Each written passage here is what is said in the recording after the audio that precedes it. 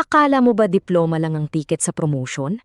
Sa competitive market ng 2026, global certifications ang fast track para makuha ang six-figure salary. Number 5, ang Project Management Professional o PMP. Sobrang demand nito sa mga hybrid construction at tech firms dahil lahat ng kumpanya ngayon naghahabol sa efficiency at tamang pag-manage ng budget. Number 4, AWS Certified Solutions Architect. Dahil halos lahat ng local banks at e-wallets ay lumilipat na sa cloud, kailangan ng expertise mo rito para siguradong hindi magdadaw ng system nila.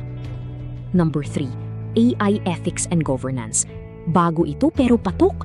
Sa pagdami ng AI tools sa opisina, kailangan ng mga Pinoy experts na titiyak na safe at ethical ang paggamit ng technology.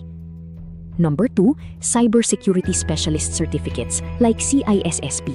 Sa tindi ng hacking at phishing ngayon, ang mga kumpanya ay handang magbayad ng premium para lang protektahan ang data nila at ng mga customer.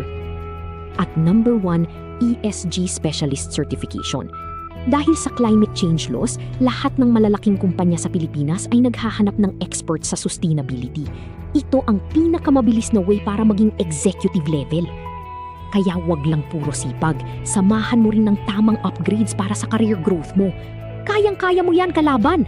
Laban lang!